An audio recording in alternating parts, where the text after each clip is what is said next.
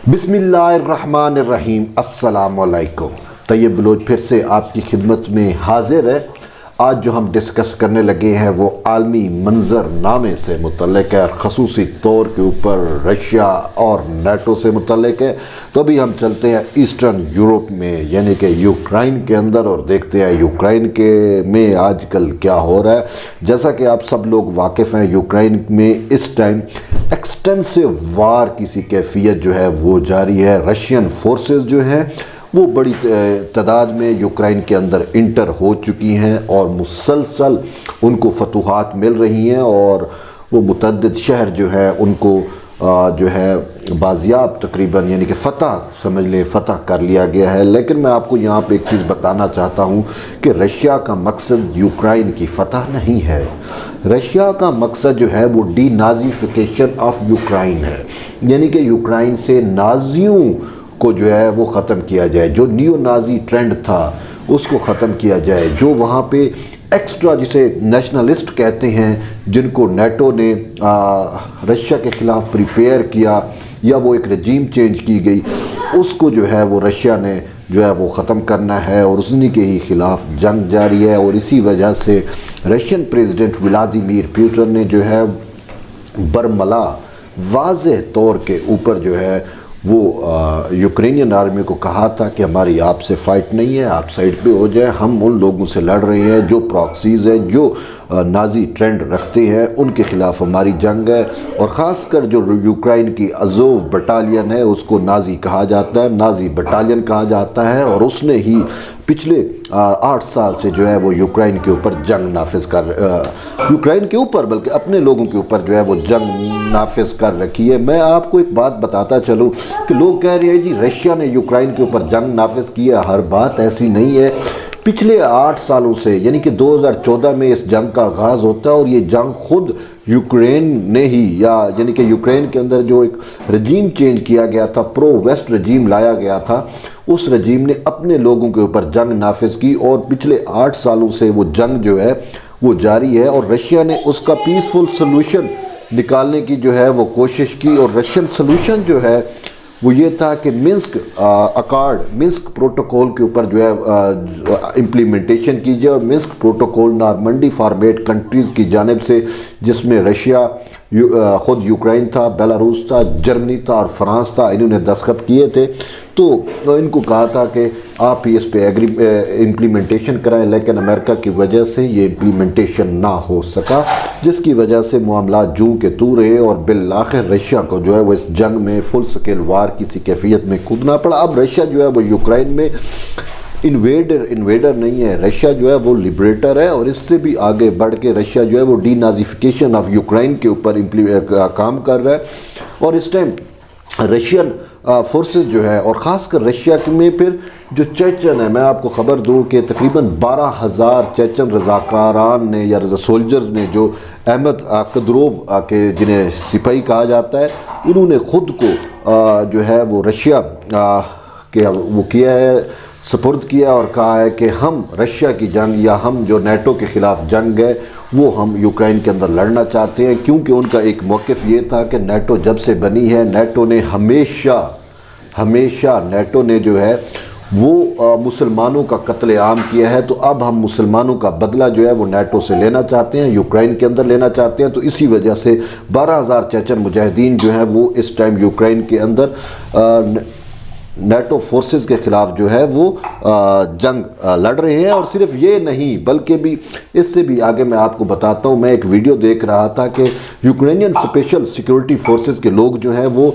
सूअर की चर्बी में गोलियां जो है वो डिप कर रहे थे और उसको मैगज़ीन में चढ़ा रहे थे। तो ये कह रहे थे कि हम सिर्फ चेचन जो मुसलमान हैं उनके लिए हम ऐसा कर रहे हैं ताकि जब उनको बुलेट लगेगी तो वो जन्नत में जाने की बजाय वो हराम हो जाएंगे। ये बहरहाल उनका एक कंसेप्ट था। तो ऐसा हो रहा है और बिल्कुल ये ऐसा हुआ। किसी दौर में हमें याद पड़ता है, हमने तारीख़ में पढ़ा कि जब ब्रिटिश राज था तो यहाँ पे मुसलमानों को भी जो गदर की जंग थी उसमें वो चर्बी वाले सूअर की चर्बी वाले कारतूस जो है वो दिए गए थे, जिन्हें इस्तेमाल करने से इनकार कर दिया गया था। और जो हिंदू थे उनको गाय की चर्बी वाले और मुसलमानों को सूअर की चर्बी वाले। तो यही इस टाइप का ही कुछ वहाँ पे भी कहानी चल रही है कि वो सूअर की चर्बी में गोलियों को डिप करके वो कह रहे हैं हम चेचन को मारेंगे।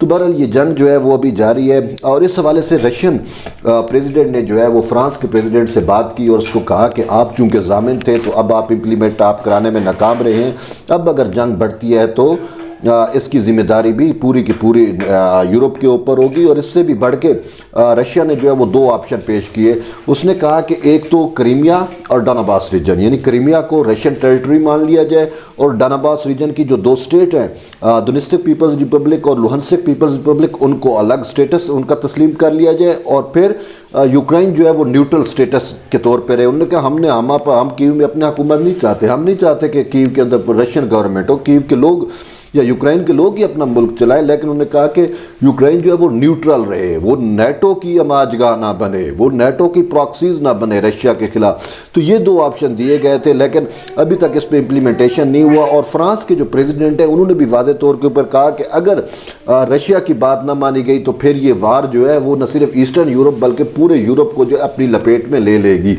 और सूरत हाल भी कुछ इसी तरीके कुछ ऐसी ही होने जा रही है। और लोग ये कहते हैं जी पुतिन जो है वो फंस गया है यूक्रेन के अंदर। हो भाई, ऐसा नहीं है जी, वो ये पुतिन ने सोचा था 2-3 दिन में मैं फतह कर लूँगा। भाई वो यूक्रेन को फतह नहीं करना चाहता, उसके अगराज़ व मकासद डीनाज़िफिकेशन ऑफ यूक्रेन है, वो लिबरेट करने गया है, एज ए लिबरेटर है रशिया जो है वो यूक्रेन में। तो वो जंग तो पहले चाहता नहीं था और जंग जो नाफिज की गई पिछले 8 साल से 2014 से, वो इस जंग को ख़त्म करने के लिए गया हुआ है, टू एंड जो है वो नेटो एग्रेशन को एंड करने के लिए वो गया हुआ है।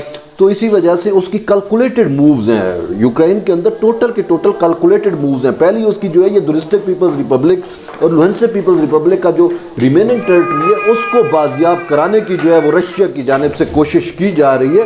बहरहाल देखते हैं कि आगे सूरत हाल किस सिमत जाती है। लेकिन एक बात तो वाज़े तौर के ऊपर है कि रशिया तो लिबरेट करा लेगा, लेकिन अमेरिका कहाँ पे स्टैंड कर रहा है। अमेरिका यूरोप की कंट्रीज से हम सिर्फ ये देख रहे हैं कि उन्होंने रशिया के ऊपर जो है वो सैंक्शन यानी कि पाबंदियाँ नाफिज की। और उन पाबंदियों का क्या होगा, इन पाबंदियों का सबसे बड़ी मैं आपको रीज़न बताता हूँ कि ये पाबंदियाँ आज से नहीं, ये उसी 2014 से पाबंदियाँ लग रही हैं रशिया के ऊपर। और इन पाबंदियों से का जो है वो रशिया ने खुद अल्टरनेट ढूंढ लिया है, यानी कि मुतबादिल ढूंढ लिया है। जब मुतबादिल आ जाता है तो फिर आपको पाबंदियों की परवाह नहीं रहती। तो स्विफ्ट बैंकिंग सिस्टम से आप रशिया को निकाल दो, आप कुछ भी कर लो, तो रशिया के पास जो है वो पेट्रो डॉलर जिसके ऊपर पूरी दुनिया की इकॉनमी चल रही है, जो अमेरिकन हेजमोनी की मेन रीज़न है पेट्रो डॉलर। तो रशिया ने पेट्रो डॉलर के मुकाबले में पेट्रो गोल्ड का कंसेप्ट दुनिया में दिया हुआ है और उसने अपना स्विफ्ट सिस्टम जो है वो नाफिज किया हुआ है। रशिया और चाइना मिलकर भी दुनिया की इकॉनमी को कंट्रोल कर रहे हैं अपने तौर के ऊपर, वो अल्टरनेट तरीक़ों से कर रहे हैं। तो इसी वजह से आप जितने भी सेंक्शंस लगाएंगे, इन सेंक्शंस का रशिया के ऊपर असर नहीं होगा, क्योंकि रशिया ने अपने आप को अल्टरनेट जो है वो अल्टरनेट इकानमी उसने शिफ्ट कर चुका है।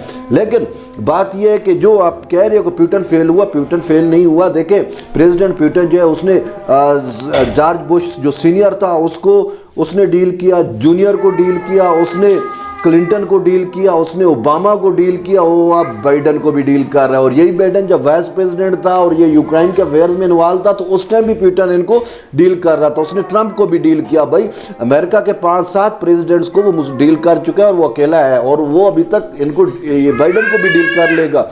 लेकिन इससे बढ़ के एक और बात मैं आपको बताता हूँ कि देखिए, चेचनिया के अंदर जब पुतिन मनसब इक़्तिदार पे आया तो उसको सबसे बड़ा इशू जो है वो चेचन का था। तो उसने चेचन इशू किस तरीके से पीसफुली रिजॉल्व किया, जॉर्जिया का इशू रिजॉल्व किया, क्रीमिया का इशू रिजॉल्व किया, अब यूक्रेन का इशू भी वो रिजॉल्व कर लेगा। तो ये कहना कि वो फेल हो रहा है, सच ऐसा नहीं है। उसकी जो मूव होती हैं वो बड़ी कैलकुलेटेड होती हैं, आपको समझ बाद में आती है कि वो करने क्या जा रहा है। और ये भी इंशाल्लाह आपको बहुत जल्द समझ आ जाएगी कि रशिया क्या कर रहा है। लेकिन फ़िलहाल इतना ही कि डीनाज़िफिकेशन ऑफ यूक्रेन के ऊपर बड़े ज़ोर शोर से काम जारी है और जो एंटी फाशिस्ट फोर्सेज हैं उनको रशियन फोर्सेज की सपोर्ट हासिल है और वो यूक्रेन के अंदर कामयाब हो रही हैं। लेकिन अफसोस से ये कहना पड़ रहा है कि यूक्रेनियन सोल्जर या जो अज़ाव बटालियन है उसने खुद यूक्रेनियन लोगों को मारना शुरू कर दिया और वो कहती है आप शहर न छोड़े। और फिर जो मोस्ट पॉपुलेटेड एरियाज़ हैं वहाँ पर उन्होंने जो है वो एंटी एयरक्राफ्ट गन्ने और इस टाइप का यानी कि सिविलियन के अंदर पनाह ली हुई है कि रशिया जो है वो हम पे अटैक ना करे। अगर वो अटैक करेगा तो सिविलियन कैजुअल्टीज़ बढ़ेंगी और जिससे जो है वो रशिया दुनिया में बदनाम होगा। तो ये बड़ा अटैम्प्ट हो रही है। तो ह्यूमन शील्ड को जो है ये नाजीज़ की जानिब से इस्तेमाल किया जा रहा है। बहरहाल देखते हैं रशिया इससे कैसे निपटता है, क्योंकि ये एक चैलेंज है और रशिया भी चाहता है कि मिनिमम सिविलियन कैजुअल्टीज़ हो। बहरहाल ये वक्त ही बताएगा। अब तक के लिए इजाज़त दें, इंशाल्लाह फिर दोबारा इस टॉपिक पे ज़रूर आपसे गपशप होगी। तब तक ले इजाज़त दें।